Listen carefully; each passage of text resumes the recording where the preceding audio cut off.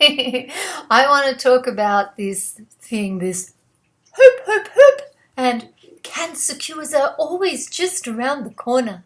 And have you tried miso soup? And oh, cannabis oil cures cancer. Well, let's just talk about the hope thing and who it's for and who it's not for and the kind of things that you can really hope for healthily when you have metastatic breast cancer or metastatic cancer. Okay. 2011, my cancer was primary. A primary cancer it's a little tumor or a big tumor sitting in a particular part of your body. It might have got into your lymph glands and they can rip some of them out before it's got everywhere. Okay, that's great. That's still primary cancer. Okay. Metastatic cancer is when it's spread throughout your blood. Think about that. Throughout your bones. Think about that. Got into your organs, like your major functioning organs, like your liver, which you can't live without, or your brain, or your lungs, and you muck those up enough, you're dead. That's it. Yeah? Okay, so we understand. Now, this idea of cure, imagine, you got a little lump, fine, cut it out, off you go, hopefully. Maybe some radiation and maybe some chemo and go on your way. And hopefully you've got a type of cancer that you're going to go and get on with, the rest of your life. Have a reasonable chance. And I was in that situation. I was a primary breast cancer person in 2011. I had double mastectomy and I had chemo. And then I went off to have my merry little life. And, it was 3 months on my ear with chemo, and life was never the same again. I went on to tamoxifen, hormone therapy to stop my cancer feeding itself off my hormones, blah, blah, blah. And, I had a 70% chance of not getting my cancer back. Okay, or spreading throughout my body.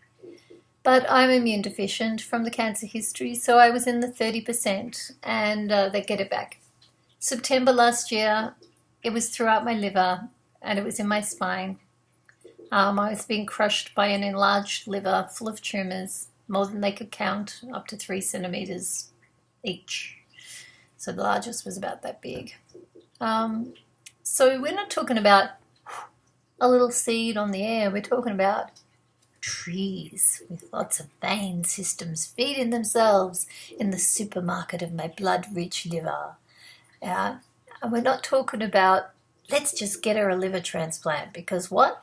It's also throughout my blood. It's just going to go straight to a new liver. Are you crazy? Do your research. I'm not talking about, but the liver can regenerate because you need to only have up to 4 tumors in your liver to have what's called a resection. Mine were uncountable, more like a starry sky. So forget that. That wasn't going to happen to me. So, but people with cancer can live, people with metastatic cancer can live 10 years, 15 years, la la la la la. And, so, yeah, that's if it's in their bones. In their bones, some of them will live that long. And they might roll over in their sleep and fracture their spine, wake up paraplegic. It's not the be all and end all for people. It's not, oh my God, hope, life. Can't bear it, dying, it's so frightening. I'm not there. I'm not afraid of dying. I'm cool with it. It's okay. I'm at peace with it. I'm chilled out about it. So hope. What is hope? Hope is overrated, or it depends on what you're hoping for. Oh, there's cures just around the corner. I've heard that cannabis oil can cure people and miso soup and really. We're not talking about a little petri dish with a couple of cancer cells in it. We're not talking about a couple of seeds on the air. We're talking about vein systems that have gone everywhere. Yeah? So there is no scientific evidence that those things have worked for people with metastatic cancer.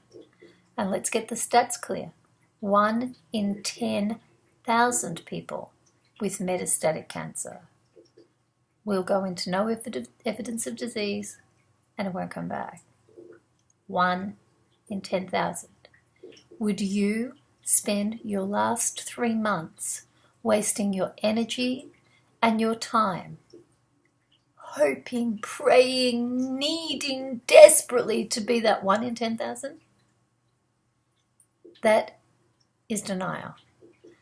I spend my months transitioning my life towards being a tourist so I can handle leaving my life, leaving my body, leaving the most beautiful man I have lived my last 17 years with as my absolute bestie and my husband and my family, leaving my gorgeous 2 fur babies that I adore, leaving my friends who I really love and have known for, some I've known for decades, leaving the world that I love, leaving the trees and the smells and the sights and everything, leaving the whole physical world, the whole sensory world.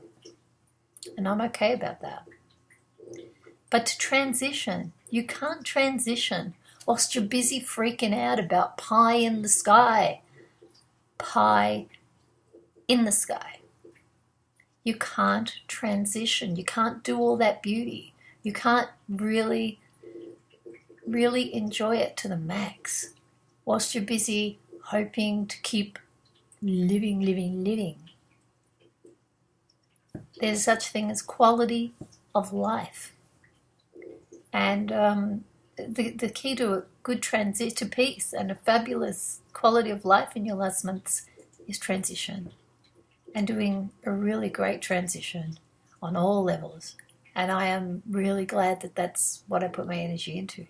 But you can't do that unless you are absolutely realistic.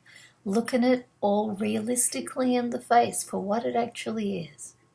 Not some little Facebook story, not some social media thing, not some little headline splash by yet another Munchausen who, decided to create their cancer for whatever it was, not another person who actually had stage 1 or some other stage that was not metastatic and claimed that they cured their metastatic cancer, not somebody who says they were diagnosed with their cancer with no blood test, but it was the opinion of their chiropractor.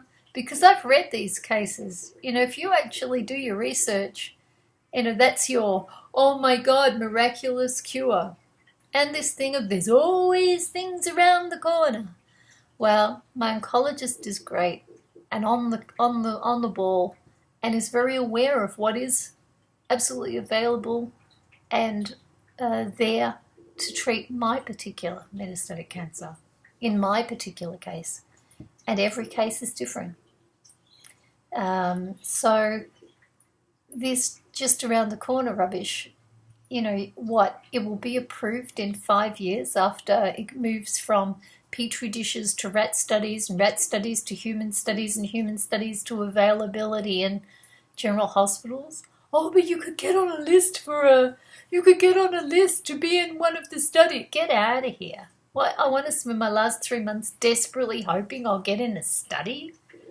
I'll get out of here. And, what? And at the end of the day, what, am I in the placebo group? I wouldn't know. Well, so I'm meant to sit around and spend my last 3 quality of life months, desperately trying to get into a study.